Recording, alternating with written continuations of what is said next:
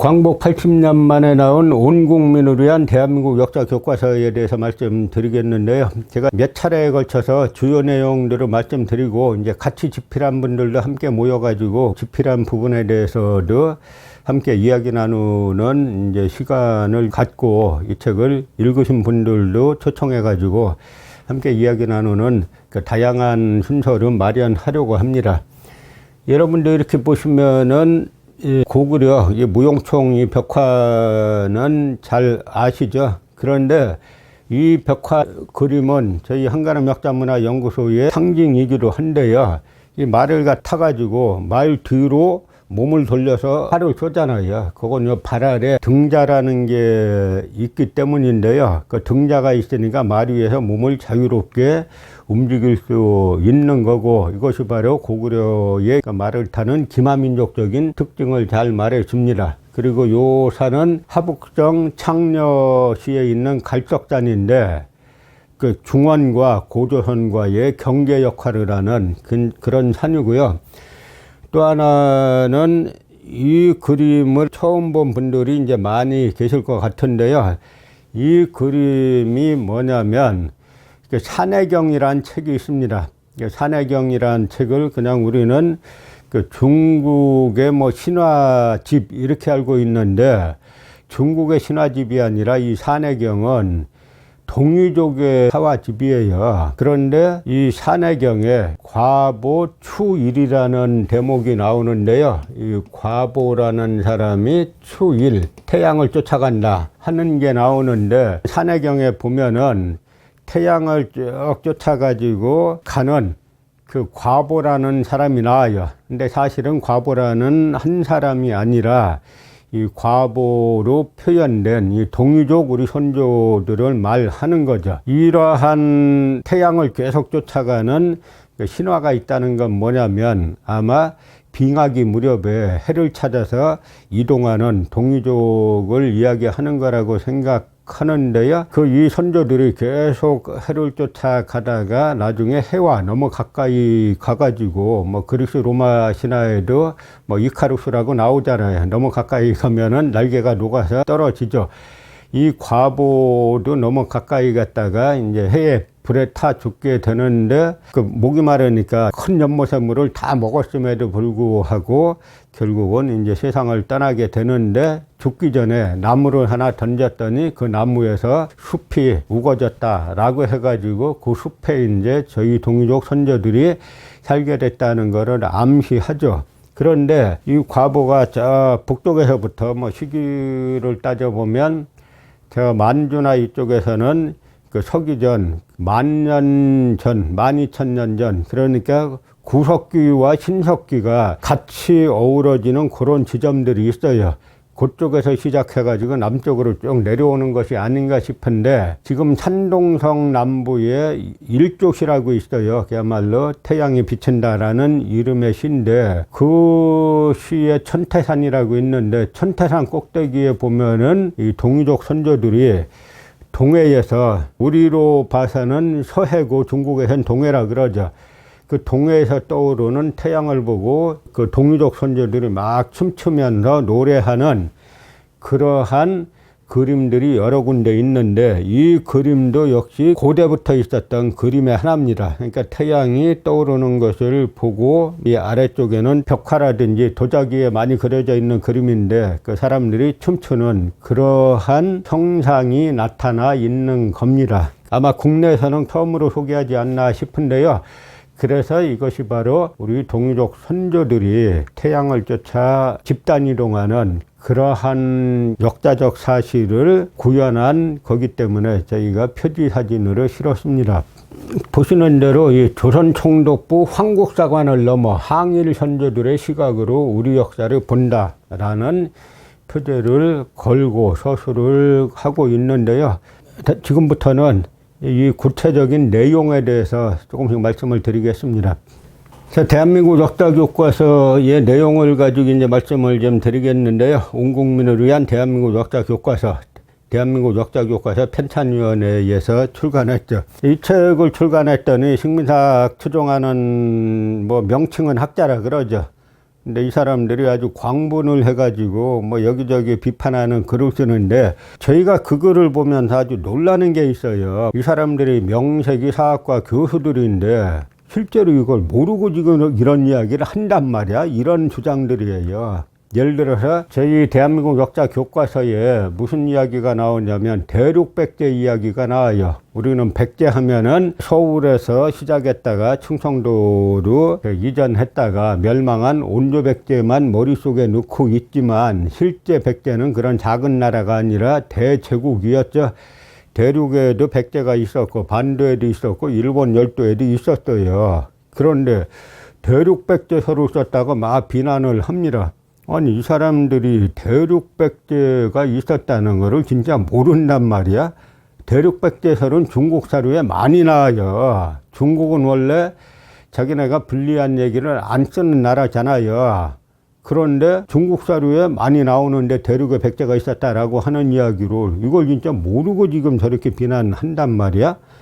그러면 알고도 모르는 척하고 비난한다면 양심불량이죠. 학자 자격이 없죠. 어느 분야를 떠나서. 그리고 실제로 몰랐다 그러면 더욱이 역사학과 자격이 없는 거예요. 그것도 모르고 학위 받는다는 게 참 희한한 구조죠. 또 하나는 고려의 북경이 압록강 두만강을 건너서 압록강 두만강 넘어까지가 고려 북경 이 국경이었다 라고 쓴 걸 갖다 비난하는 걸 보고 참 놀라운 사실입니다. 그런데 특히 그런 비난하는 사람들 중에 고려 후기사 전공 교수가 있어요. 그럼 이 사람들은 고려사도 지금 안 보고 고려사 전공이라고 교수 생활을 하고 있단 말이야. 이런 생각이 절로 드는 겁니다. 모르고 있었다면 고려뿐만 아니라 역사 교수 자격이 없는 거고 알고도 그랬다 그러면 양심이 없는 거니까 둘 다 문제가 많은 건 사실이죠. 자유발행제 역사교과서를 간행하면서 이 책을 발간하는 그 목적을 갖다가 쭉 써놨습니다. 여러분도 한번 읽어보시기를 바라고요. 저희가 구조가 대단원이 시작되면은 대단원 명을 제시하고 그 아래 단원명을 제시하고 이제 관련 사진을 제시하는 식으로 저희가 외형은 지금 현재 사용하고 있는 역사 교과서의 틀을 내용은 다르지만 형식적인 틀은 웬만하면 따르려고 구상을 한 겁니다. 그래서 제1장은 선사시대, 2장은 역사시대의 전개와 고조선 이렇게 되어 있는데요. 선사시대는 뭐냐면 문헌사료, 역사사료는 글로 남긴 문헌사료와 그 다음에 문헌사료가 없는 시대, 그러니까 유적유물 가지고만 파악할 수 있는 시대, 이런 시대를 선사시대라 그러고 글로 쓴 문헌사료가 남아있는 시대를 역사시대라고 하는데요. 그래서 우리는 선사시대와 역사시대를 둘로 나누어서 각자 설명을 들었습니다. 그래서 선사시대는 구석기 시대와 신석기 시대로 나누었고, 그래서 구석기 시대와 인류진화를 설명하고 신석기 시대와 신석기 혁명에 대해서 말씀드렸는데요. 요 부분까지는 뭐 기존 교과서들로 뭐 저희하고 좀 다르지만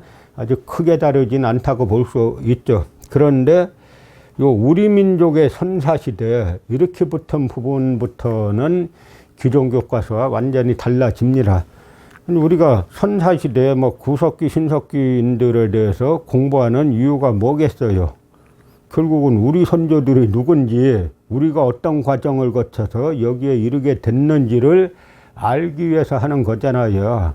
그러니까 그 선사시대에도 우리가 공부를 하려면 우리와 무슨 관계가 있는지를 알아야 하지 않습니까? 그래서 이제 우리 민족의 선사시대에 대해서 설명하면서 단원이 구석기 시대의 유적과 유물을 설명했고, 그 다음에 우리 민족의 직접적 조상들은 신석기인들, 그러니까 우리가 구석기와 신석기를 나누지 않습니까?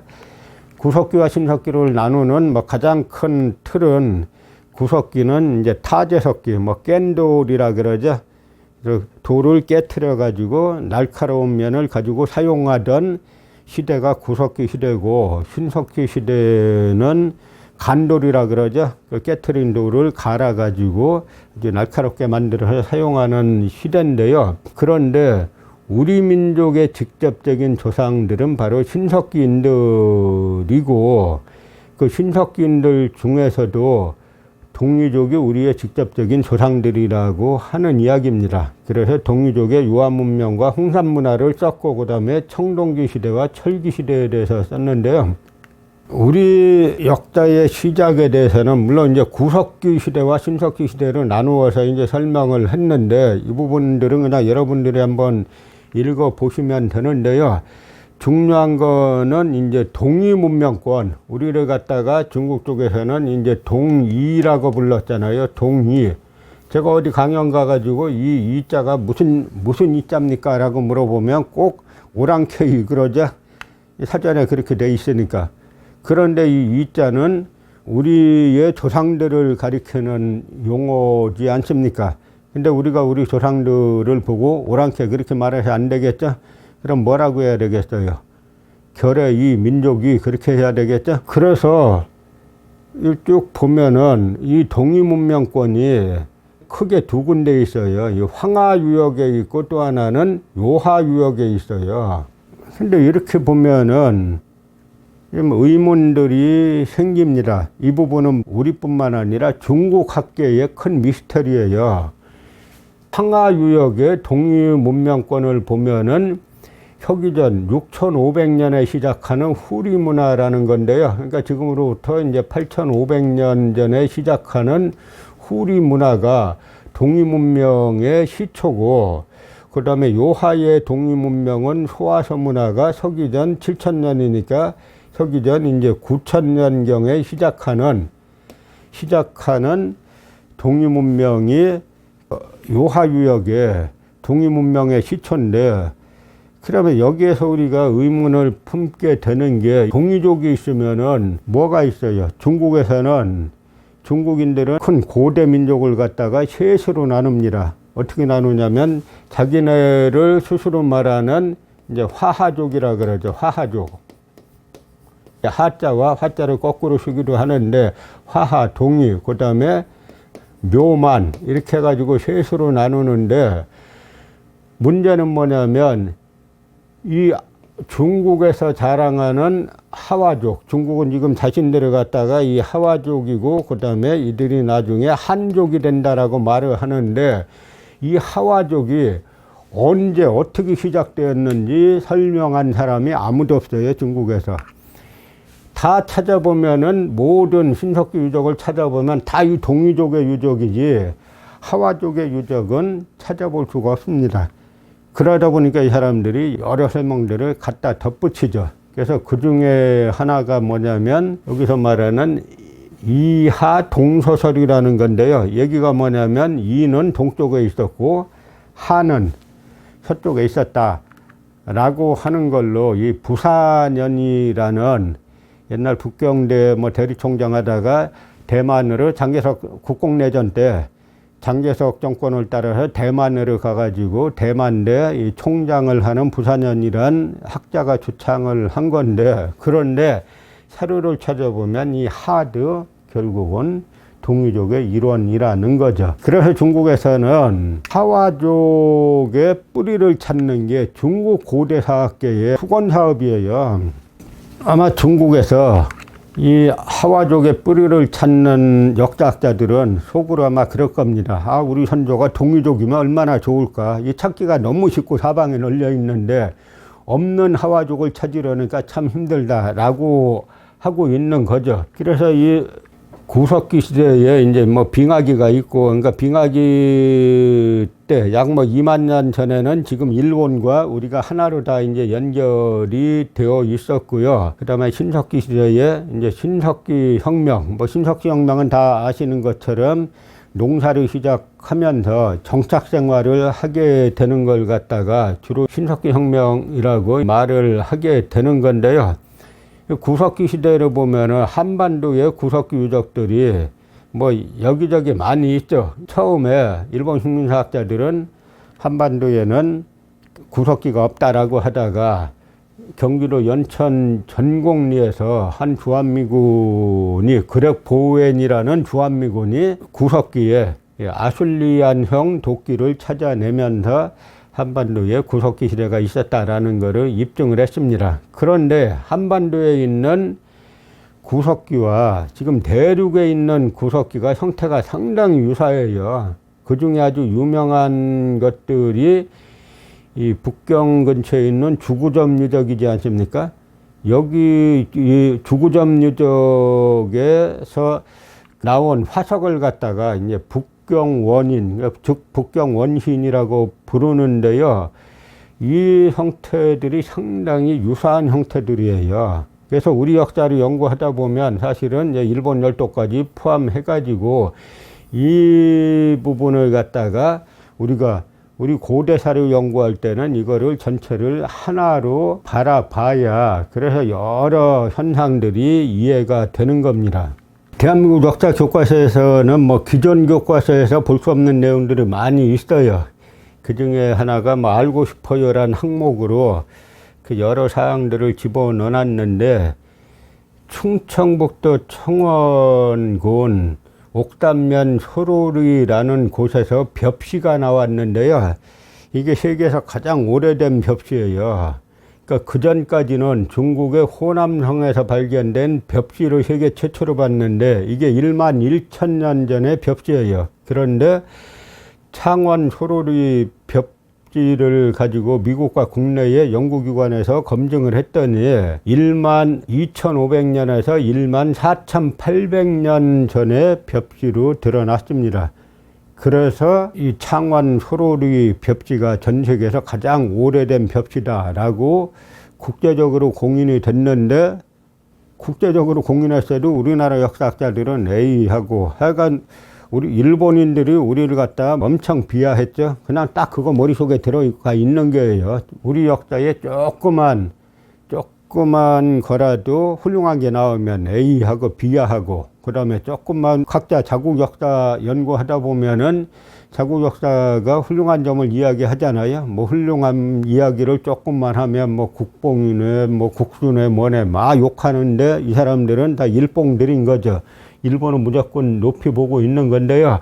이 신석기에 관한 부분들로 여러분들이 쭉 읽어보시면 기존의 내용들하고 상당히 다르다는 것을 금방 이제 알 수가 있습니다. 그리고 또 하나는 그 신석기 뭐 인들의 이동설과 자생설이 있는데 뭐냐면 항상 우리 민족을 갖다가 이동했다라고 말을 많이 해왔어요. 그런데 제가 이 공부를 쭉 하다 보니까 이동해 온 사람들도 있겠지만 자생했던 사람들도 상당수 있었다라는 것을 알 수가 있습니다. 이동했다 하는 이야기들은 주로 시베리아 쪽에서 이동했다라고들 말을 하는 건데요.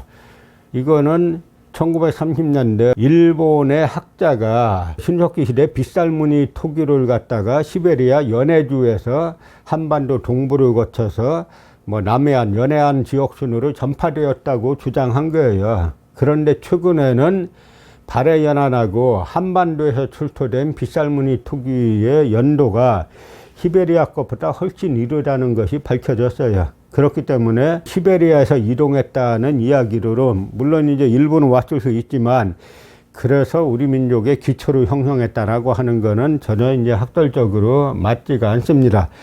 그래서 결국은 자생설, 이 구석기 인들 중에 일부가 이제 신석기로 발전을 해가지고 자생했다라는 이야기들을 이제 중시하게 되는데요. 이것이 5만 년 전에 현생 인류가 이동하는 그런 이제 인류의 이동을 저희가 세계사의 그 흐름을 가지고 현재 세계사에서 이야기하고 있는 걸 그려놓은 겁니다. 그러니까 중앙아프리카에서 시작해가지고 남아시아로 와서 일본은 동남아시아로 가고 일본은 오세아니아로 가고 그리고 일본은 쭉 북쪽으로 올라와서 지금 아메리카 대륙까지 건너가서 아메리카인들이 되고 그 중에 일부는 아시아로 와가지고 우리 동아시아인들이 되는 거죠. 그 중에 일부는 또 동남아시아로 오게 되는 이 흐름을 갖다가 쭉 제시를 했는데 역사는 항상 큰 틀을 먼저 보고 그 큰 틀 속에서 이제 작은 이야기들을 봐야 되는 겁니다. 그렇게 해서 결국은 자생한 선조들, 이들이 예를 들어서 중국의 이 산동 반도를 중심으로 한 넓은 지역의 동이문화를 만들고, 그 다음에 저 북방의 요하 유역에도 동이문화를 만들고 한반도에도 만들고 하는데요. 바로 이 신석기 동이문화를 만든 동이인들이 우리 민족의 직접적인 조상들이다라는 것을 설명을 했습니다. 이 동이족에 대해서는 다음 시간에 다시 말씀드리겠습니다.